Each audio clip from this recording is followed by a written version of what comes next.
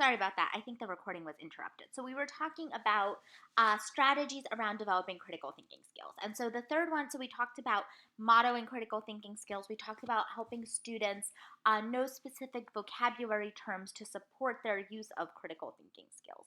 And so a third thing I want to mention is actually using questioning in the classroom.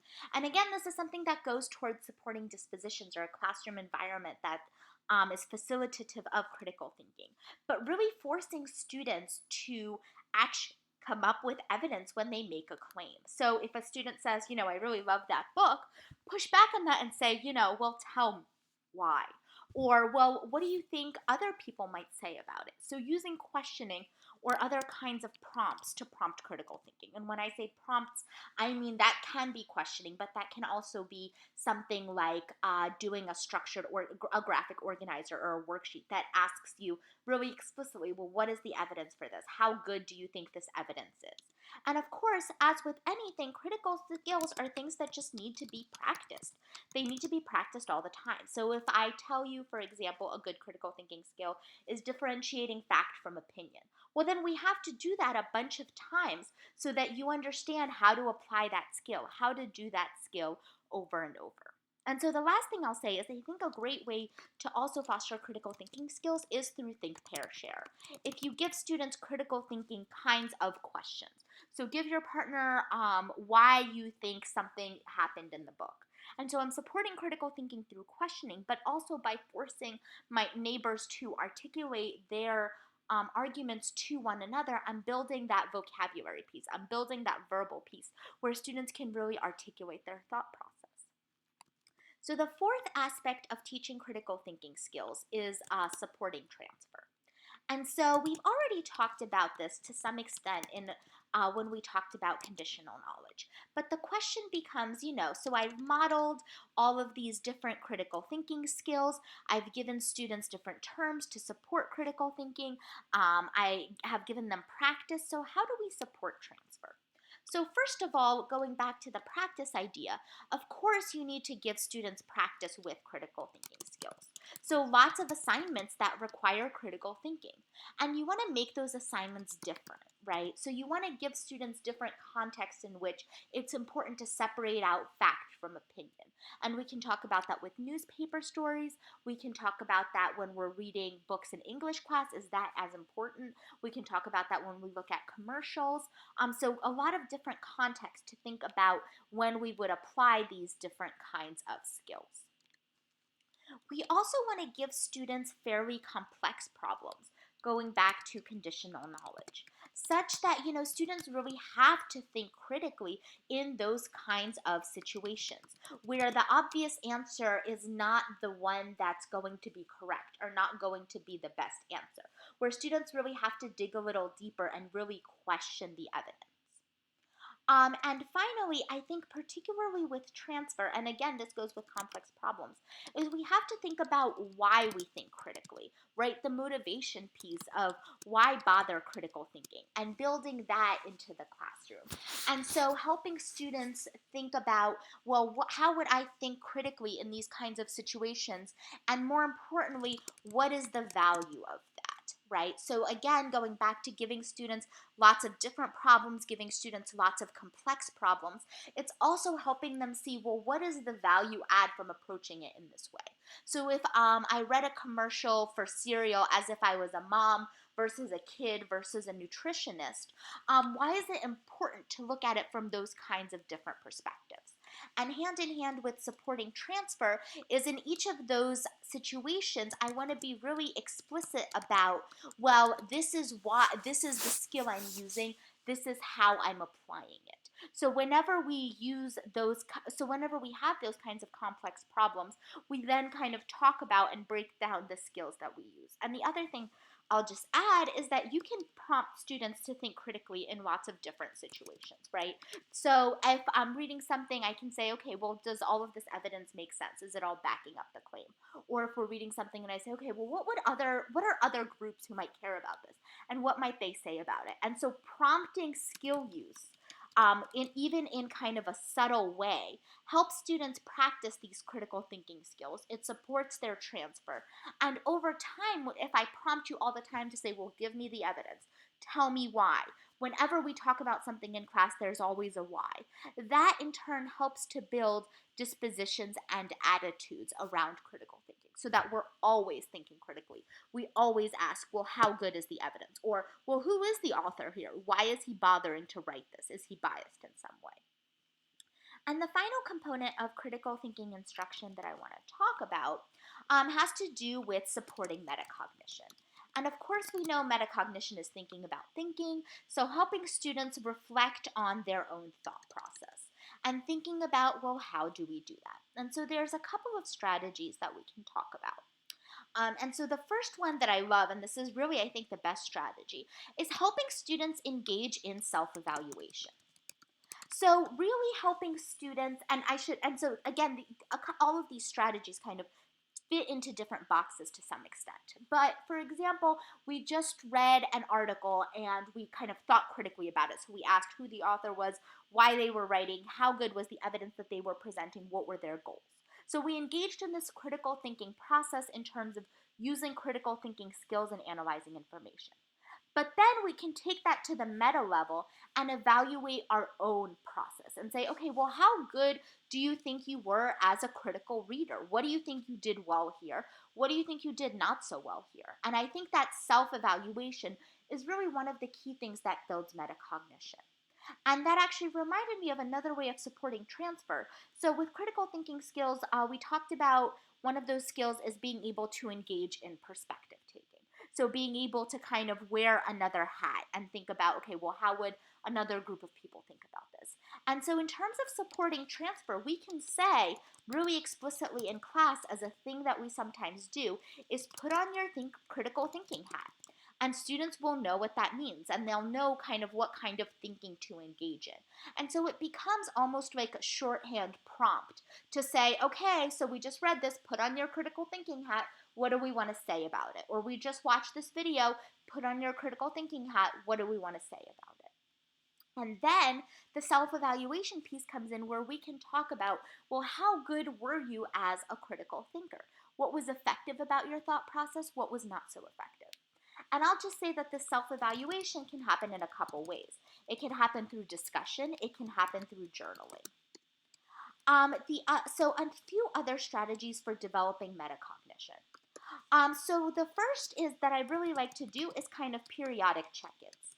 And again, you want to get students into the disposition of reflecting on their own thought process all the time.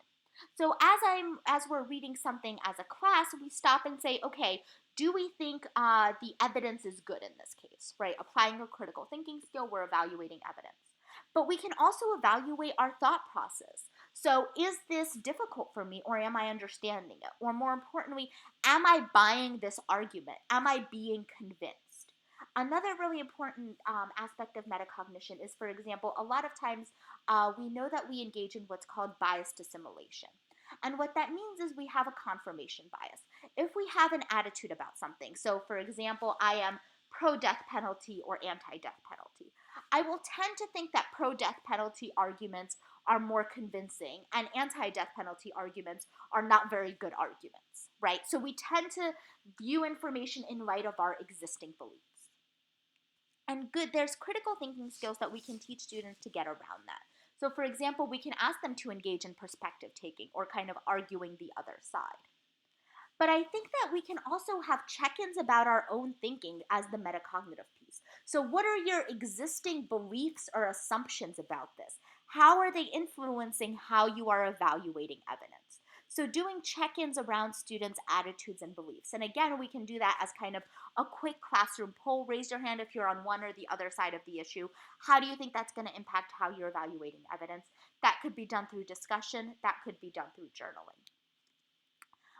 So another great strategy for fostering metacognition is actually teaching students really explicitly what metacognition is. So what the term means, what it means to relate to our thinking, and helping students being able to label when they are engaging in metacognition so that when they do it, they're aware of it, it becomes more explicit. and it becomes something that they do as a routine. And of course, all of the other strategies we talked about can support metacognition too. So I should absolutely be modeling metacognition. I should be giving students questions or prompts to help them engage in metacognition. When I'm designing graphic organizers, I can absolutely build in metacognitive prompts. So how good do you think your argument was after you wrote a paper, or how hard was it for you to write the paper? I can include those kinds of metacognitive prompts in students' papers so that I prompt this process. So that's kind of a lot of strategies to foster all of those. That being said, let's kind of take a slightly different perspective. And so what I'm going to ask you to do is choose any kind of classroom activity. I'll pick a really generic one, so having a debate. And so what I'm going to ask you to do now is pause the video, and with the classroom activity that you chose, talk about how that activity can help to develop students' dispositions, critical thinking skills, support transfer, and metacognition. And you can pick anything that you think would be an activity that really fosters critical thinking. And if you're having trouble coming up with one, what I would ask you to do is think about a classroom experience you've had that really made you think, oh gosh, I am really critically thinking right now. I am really critically thinking about, like, I'm really thinking hard. I'm really engaging with this kind of evidence. Okay. So let me pause the video here. And so again, you're taking a common classroom task and talking about how it taps all four of these aspects of developing critical thinking in the classroom. And so now I'll do the example of a debate. So how does having a debate in class ensure that I am helping students to think critically? So meet all of the four instructional components of critical thinking. Well, here's how I would talk about it. So within the debate, I would be building students' dispositions and attitudes, because in a debate, students are learning that sometimes people disagree with each other, and that's okay because they're doing it respectfully. So I'm building those kinds of dispositions. And I can actually set norms before a debate of how we're going to talk to each other, and I can give students a template for how we disagree with each other effectively. But debate helps build this disposition of we can disagree with each other, and that's okay. We can also think about debates as fostering critical thinking skills. So there's lots of skills that students are using. They're building arguments, so they're making claims. They're literally providing evidence to support those claims. They are evaluating the quality of evidence. They're questioning the evidence of others. They're using their verbal skills because they have to kind of articulate things in a debate. They are using deductive and inductive reasoning because they have to counter argue against the other side. So lots of critical thinking skills. I think it's supporting transfer because, they may have been taught those skills, but they're doing it kind of in a situation, in context. So within a particular topic, they have to apply their critical thinking skills and kind of think critically about it. And I think it's supporting metacognition because students have to think about, okay, how effective is my argument? And if I want to build metacognition even more into the debate, then I can have students do self-evaluations after they're done of how effective was my argument? How effective was my delivery? So help them reflect on their own thought process as they are engaged in the debate. And of course, if we're having students at the end of the debate, we have some kind of judgment of which side won and we talk about it. Again, we're thinking about both critical thinking skills in terms of how are we evaluating competing evidence, but also thinking about metacognition of how are we evaluating ourselves as debaters, or what are the criteria we want to put on that process. And so again, I would encourage you to pick any kind of activity that you think fosters critical thinking and think about how it taps all four of these aspects of critical thinking instruction. And so we have one more piece to talk about here. And that's so it's very hard to get students to think critically all the time, right? So how do we kind of right off the bat ask students to engage in deductive reasoning or inductive reasoning? And so one of the things that's a very useful framework for thinking about these things, and you've probably heard of it, is Bloom's taxonomy. And Bloom's taxonomy offers a really nice template for knowing how to ask questions that are going to engage students in critical thinking. So I'm going to explain what the taxonomy is a little bit, and then we're going to connect it back to critical thinking. And so this is called Bloom's taxonomy of educational objectives. And so right now, what I'm going to ask you to do is pause the video and define for yourself, I know you've heard the term in lots of classes, what we mean by an educational objective. What do we mean by an objective? And so if you've paused the video, then you'll know that an objective is the desired outcome for learning. So it's what we want students to be able to do as a result of learning.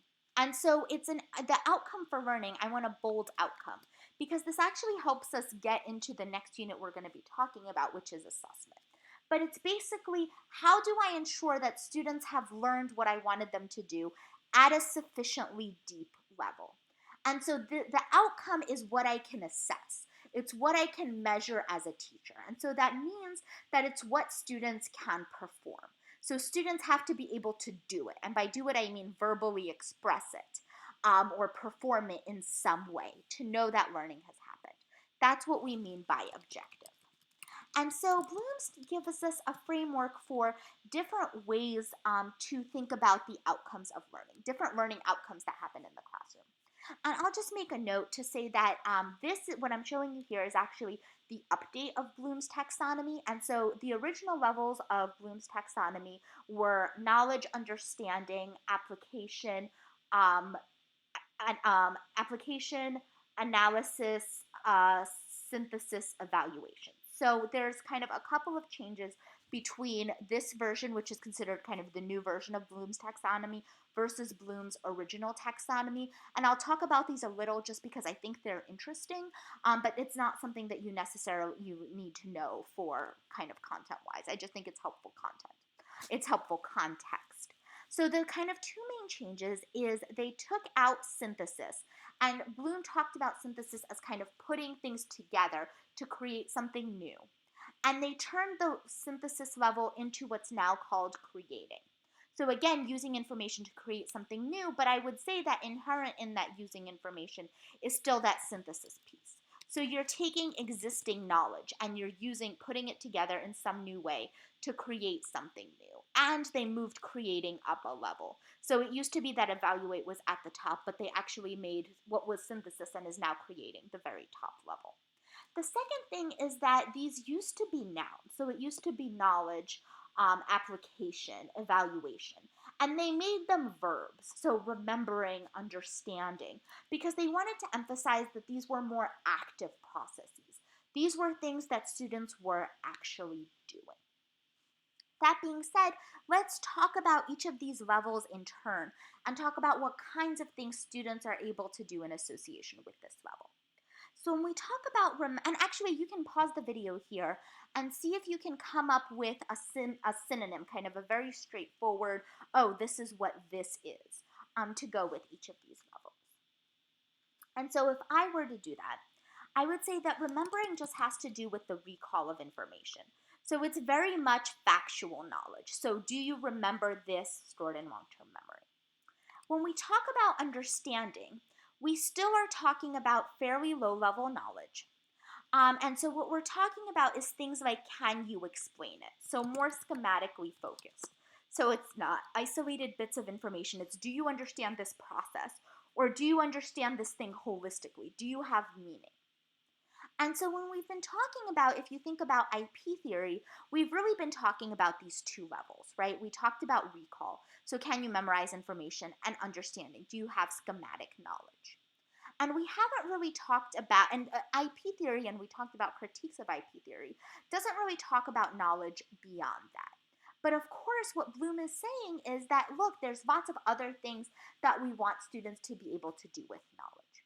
One of them is application, which is the transfer of knowledge to new situations. Moreover, there's analysis, and analysis is kind of a tricky one to define. But I like what they have here, which is taking information apart. Analysis really has to do with breaking down a more complicated process, and I like to think about that in contrast to what was previously synthesis. So analysis is breaking down or otherwise organizing information. Evaluation is applying some kind of judgment or criteria to information.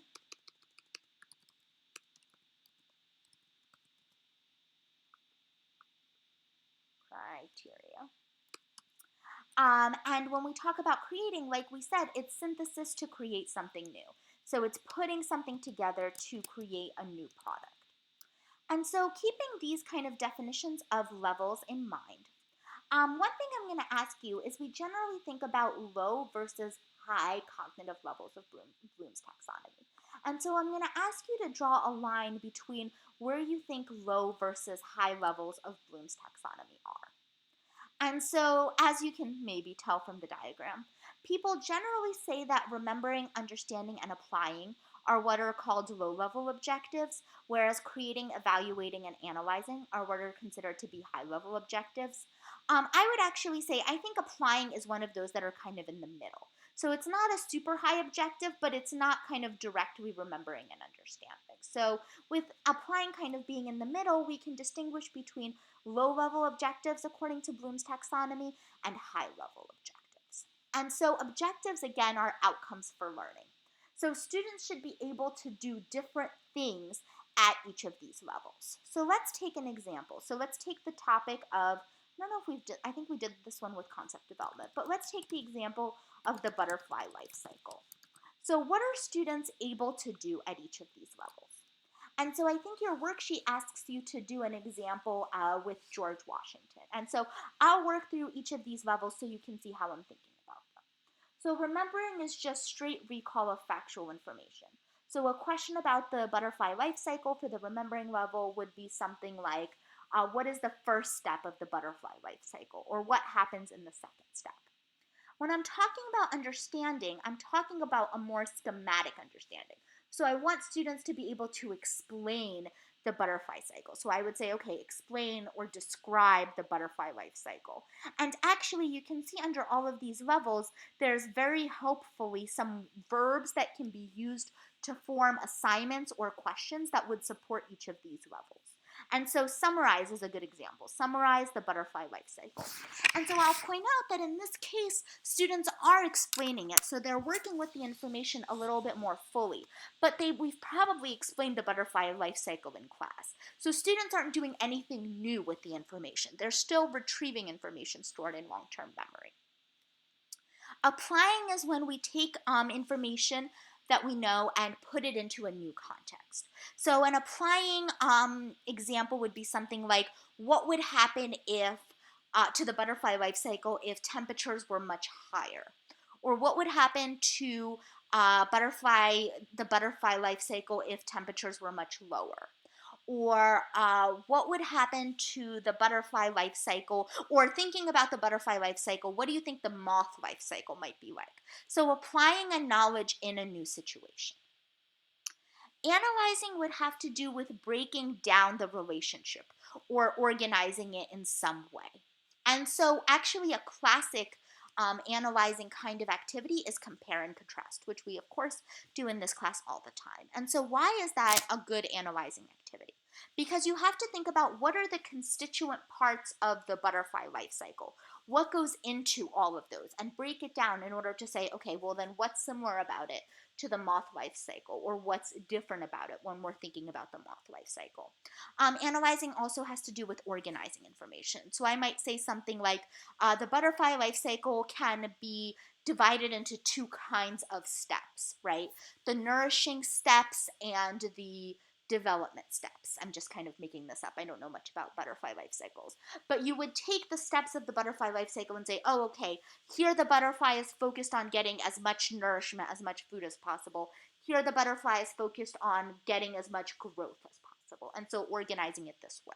Or breaking it down and thinking about, okay, how does one step predict the next step?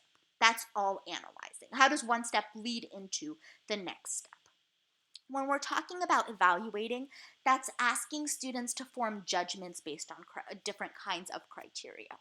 So a great evaluating question would be, tell me what the most important step of the butterfly life cycle is and why. So I'm asking students to make a judgment about what's most important and to set out a criteria about why that is most important. Or another great evaluating question is, what is the importance of a particular stage in the life cycle? And so again, I'm asking students to make a judgment based on some criteria. And finally, in the creating step, I'm asking students to put together information to produce something new. So for example, there's a new insect introduced that's kind of like the butterfly. But it's different in these ways. So based on what you know, what would you predict its life cycle would be like? Or based on what you know about the butterfly life cycle, design a plan for what would be the ideal butterfly terrarium to have in our classroom. What kinds of conditions would they need? So in this case, we're asking students to produce something new based on existing information. And so thinking about each of these levels, think about how you can create objectives within each of those levels. Thinking about the George Washington example, what are questions or tasks that you can give students associated with each of those levels? And of course, we use all of these levels in the classroom all the time. And I think the challenge for us as teachers is to get from the remembering and understanding, which are important and students need to know the basics, to get students to apply, analyze, evaluate, and create knowledge, to really get to the high impact. And so when we talk about critical thinking, we're really talking about these higher order thinking processes. Definitely analyzing, so we're thinking about what is the evidence that supports the claim. Definitely evaluating, because we're making judgments all the time in terms of the critical part of critical thinking. We're evaluating the quality of evidence. Definitely applying, because we're thinking about inductive reasoning. Is this generalizable? Does this apply in other situations? And definitely creating, because we're asking students to engage in forming their own arguments. And so with that, that kind of concludes our discussion of critical thinking. And so kind of as a shorthand, another way of making sure that students are engaging in critical thinking is to ask them to apply, analyze, evaluate, and create knowledge.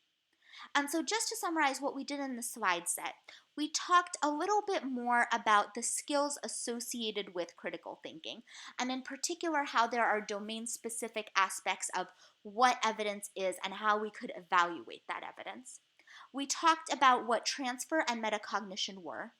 We talked about strategies associated with helping students develop dispositions for critical thinking skills, transferring those critical skills to new situations, and building metacognition.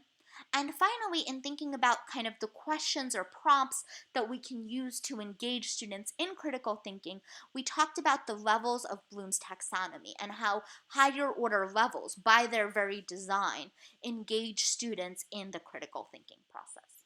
And with that, I will see all of you on Tuesday.